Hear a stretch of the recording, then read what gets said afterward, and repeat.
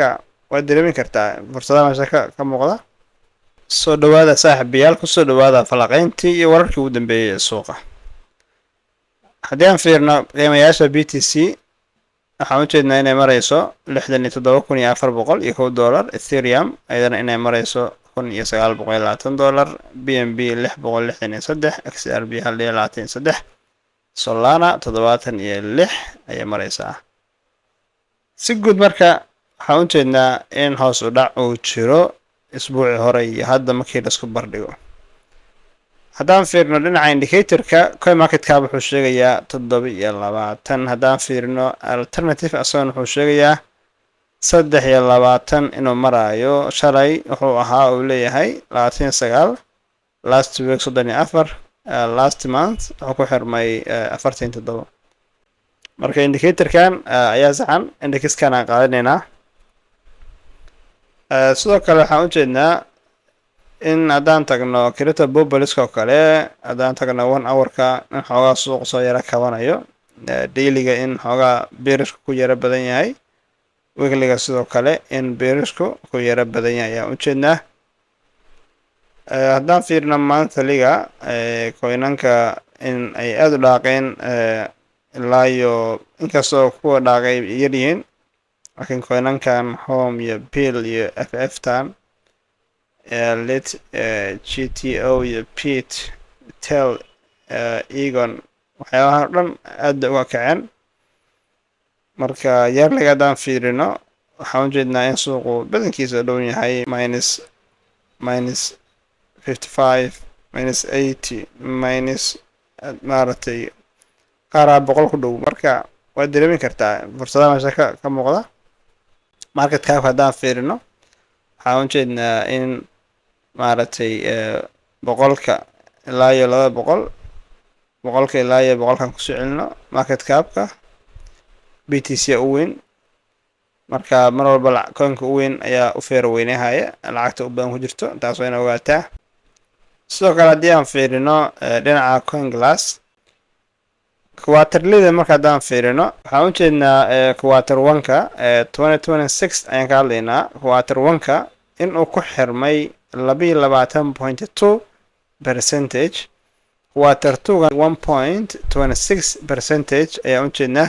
haddaan sanadka hore u laabano 2025 quarter 1ka waxaan u jeednaa ku xirmay -11.82 inuu ku xirmay ayaan u jeednaa.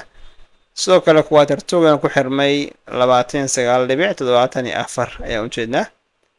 quarter 3 wuxuu ku xirmay +6.31, quarter 4 wuxuu ku xirmay -23% ay ku xirmay. marka su-aashtan waxa waaye quarter 3 iyo quarter 4 sidee noqon doonaan? su-aashtan waa midaas.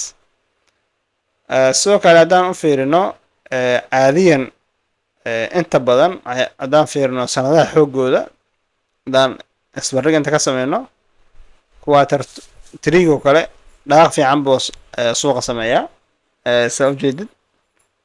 quarter kale u badan waxaa waaye waa quarter 4 waaye. marka quarter 3ga iyo quarter 4ga ayaa maaragtay u dhaaq badan markii aan fiirino historyga. qaybtan kale haddaan fiirno waa Ethereum aa ku xirantay quarter 1kii 29% oo minus ah. quarter 2gana ku xirantay -7.87 ay ku xirto. marka quarter 3ga dhaaqantay laga ay sameyn doontaa, ma waxay la noqon doontaa quarter 3ga sanadkii 2025 mise waa ka sarmay kartaa ma ka hoos mari kartaa? waa ogaan doonaa sida ay suuqu sameeyo. okay, haddii aan u gudubno dhinaca iyo technicalka waxaan u jeednaa BTC saadaashii hore aan sameynay inay waafaqday oo sideeda ku socoto, oo taabashadii maaragtay trend line-ka hadda ay ku dhowdahay. marka hore aan u sheegnay in 68,000 oro lagu tagaayo, balse waa la dhaafay oo suuqu ilaa iyo 67,000 ay isku xaadiriyay sidaa u jeedid. marka suuqa wuxuu u baahan yahay analyze uma baahna emotional in lagu maaragtay lagu falanqeeyo. waxaan arkaynana waa wax noo muuqda waaye. haddaan fiirino dominancy-ga xaalkiisa, dominancy-ga waxaan u jeednaa in uu asagana ku jiro daadasho. runtii altcoinsku stable ayay gelayaan haddii dominancy-ga iyo BTC-du ay maaragtay israacaan. coordination ayaa ka dhexeeya. Marka isaguna wuxuu ku jiraa daadasha ku jira waa dailygii. Marka trend line-ka xitaa uu soo jabsaday. Marka next meesha lagu celi karo waa 57 oo full ah haddii uu kaasoo jabsado kasii fiican, laakiin haddii meelaha yimaada rajaynaynaa haddii uu kala ixtiraamana aragaane oo arkayna. Okay, haddaan fiirino dhinaca iyo maaragtay USDT dominance-ga isagana muxuu sameynayaa. Dominance-ga USDT-giisa aad buu kacsan yahay, lacaga badan baa soo galaya. Marka lacagaha kasoo baxaya bitcoin-ka halkan bay isku imaanayaan, taasna in ogaataa. Total toga haddaan fiirino ayagana down bay ku jiraan oo lacaga badan baa ka baxaya. Haddaan fiirino dhinaca iyo gooldiga asaga naftigiisa aan fiirino, gooldiga asagana correction buu iskaga jiraa. Okay, coinanka kale marka Solana oo kale daadashadii coinka malootaan falanqeyn ka sameynayay barnaamijka fursadaha coinska sadaal baan ka sameeyey. Marka targetkaas hadiiba hadda flag waa la jabsaday, retestina waa lagu sameeyey.